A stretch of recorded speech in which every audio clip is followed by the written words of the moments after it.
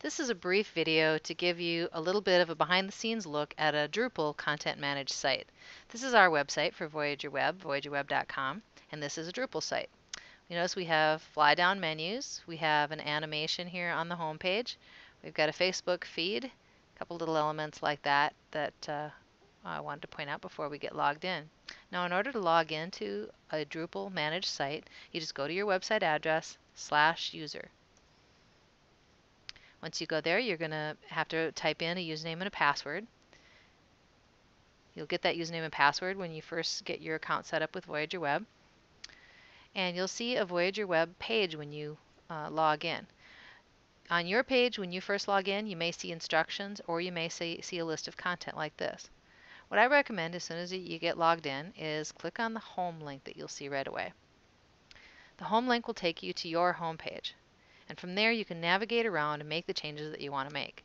There's two things that'll tell you that you're logged in as an administrator. There's a black bar here across the top that has commands and menus, and then you'll see view, edit, and revisions on each one of the pages. And those only appear when you're logged in as an administrator. So let's say I want to edit one of the pages on my site. I just go to the page. Let's say I'll go to my social media page here. And you see I've got view, edit, and revisions. Well, I can look down the page and say, well, I may want to change something here. Maybe I want to put a picture over here. So I'll click on edit. And this is how easy it is to make changes in a Drupal content management system. It's just a fill in the blank form. So on the social media page, if I want to change the words here that say social media on my page, I just change them right there. I'll just put the number 1 there just so you can see that there's been a change. This is the words that appear at the very top of my window, way up here in my browser window. Whoops, get rid of that. And those words are used by Google, they're used by the various search engines, Yahoo, Bing, etc. So they're really good to get your search engine keywords into that page title that appears up at the top. You can control that. Here's your meta tags, again for search engines, the description and the keywords that you want your page to be indexed under. These are the menu settings. Right here is where I can set these. This is the words that appear in this flyout menu right there. Just to show you, illustrate that, I'm going to put the number 2 right there. And then this particular one appears underneath the services main menu, and it's one of the sub menus. And that's what this is showing me. What's the parent of this page? It's the services page. If I wanted the parent of this page, the one that it appears under, to be one of these others, I can just select it right here. And now here's the body of the page. I can update all the information on the page right here. I can insert graphics like this one. I can select text and I can change the heading of it to determine how big it's going to appear. And these are all my colors and my fonts from my website. When we create a website for you, we'll create a style sheet and you'll have access to these right here so that you can easily keep the look of your site looking professional and stay within your branding. The controls are very much like Microsoft Word here. We've got bold, underline, italic, etc. If I select something and I click on the B, well, it makes it bold. If I want to make something into a link, I can select a word and then click on the link here. I type in the URL right here and it will make it into a link. If I want to get rid of that link, I just double click on it. Oops, just click once on it, sorry, and select this, and then that gets rid of it. Any one of the little commands up here that I have available to me, if I move my mouse over it slowly, it pops up and tells me what it is. So very, very handy.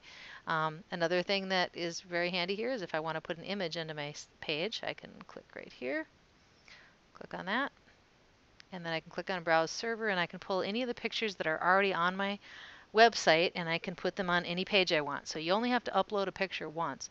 You can use it in multiple places, like for example your logo might be one image that you might want to put out there and use in multiple different places, or a picture of your staff or something like that. If a picture that I want to put on my website isn't already on the web server, then I have a button here where I can click on Upload and I can upload an image right here.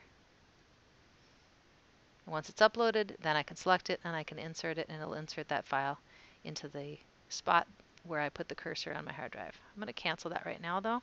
So I want to kind of just give you a quick overview. Once I've made all the changes I want to make, I go down to the bottom, I click on Save. Now I made 2 little changes. I put a 1 in the title. You see that right there. And you'll notice there's a 2 right there. If I want to get rid of those, I just click on Edit. Delete that and delete that. Scroll all the way to the bottom, click on Save. And now my page is back the way that it was. Now the other thing I could do if I wanted to get my page back the way that it was is there's a revisions button here. I can click on that. I can see all the revisions that have been made to this page, and I can click on revert to revert back to any previous version of the page. I can click right here to see the previous version of the page. And if I decide, yep, that's the one I want from June 10th at, 21 seconds into the hour, I can click on revert. Pops up a box saying, are you sure you want to revert? If I do, then I click on revert. In this case, I'm not going to, but it's very easy for you to backtrack if you make a mistake and you want to get back to a previous version of a page. I'll show you two other quick things before we'll end. We go to work request. This is a web form. So this is an information request type of a form that people that come to your website can fill out, and they can click on submit and it emails to you. You have the ability within Drupal to control all of those fields of information, to move around the order of the fields by just clicking and dragging. I can decide where I want those fields to be. I can edit each one of the fields here. I can determine if they're required or not. I can determine what emails that form goes to just by clicking right here, and what thank you message they're going to get after they fill out the form. Plus, after people have filled out my form, I can click here on results and I can see the results of what was filled in right here on my Drupal site. I even have analysis and tables where I can look and see, count up numbers. For example, if I do a survey, it automatically does your cross tabulation right away. All built in for you. So a very handy thing, the web form piece in Drupal. And the last thing I'm going to show you is this idea that we use for our portfolio, but you could use this for a photo gallery, you can use it for products. It's the idea that if you have a bunch of pieces of information that all have to be similarly presented, that you can do that in Drupal very, very easily. Here we have a picture, a couple pictures actually. We have a description of a project, and we have a link that goes to that project. And I have that over and over again for a whole bunch of different examples of work that we've done. You notice this one has actually like a slideshow animation. If I want to edit this, I just click on edit, and much like the page editing, I've got a fill in the blank form where I can select the title of the project. I can categorize it in some way. So imagine this is your photos or files. You can categorize those right here. I can type in things like project features, and we can customize these types of things to have whatever pieces of information you want to store about your thing that you have lots of that you want to put on your website. These are the pictures, each one of them with their own alternative text.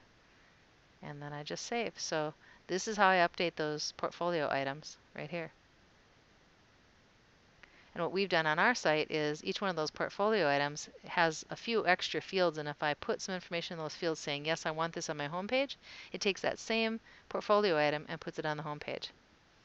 So I can pick out of all of my various examples of my work a couple that I want to show on the home page, and then they'll show here in an animation for people to see. Very, very easy for me to go in and add new ones, to switch around what's on my home page and show whatever I'd like. So those are just a little taste of some of the tools that we have with Drupal. The UberCart e-commerce system is very similar like this. It has very simple fill-in-the-blank forms to do everything that you want to do. There's also a black menu bar where you can get into more detailed things, and you can dig right down into all the different types of content that you might have, like this content list that popped up when I first logged in. Lists every page, every portfolio item, each employee on the site, and I can edit each one of them this way too. So there's usually 2 or 3 ways to get at everything with Drupal.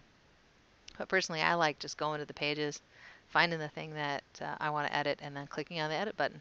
So very simple.